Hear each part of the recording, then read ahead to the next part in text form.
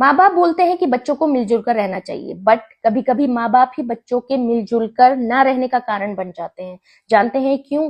क्योंकि जब पेरेंट्स एक का साथ देते हैं और दूसरे का साथ नहीं देते हैं, एक बेटे को हमेशा गलत ठहराया जाता है और दूसरे बेटे को हमेशा ठीक ठहराया जाता है, तब बच्चों में दूरियां आ जाती हैं, उनमें झगड़े स्टार्ट हो जाते हैं, उनमें कंपैरिजन स्टार्ट हो जाता है।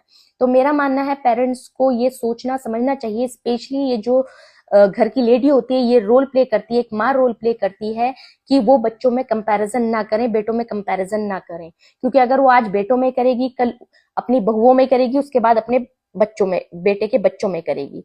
तो मेरा मानना है फिर आप ये मत उम्मीद लगा के बैठे कि आपके बच्चे मिलजुल कर और प्यार से रहेंगे। पहले आप ये कंपैरिजन बंद कीजिए, गलत को गलत और सही को सही कहना सीखिए, चाहे उसमें कोई भी आ जाए।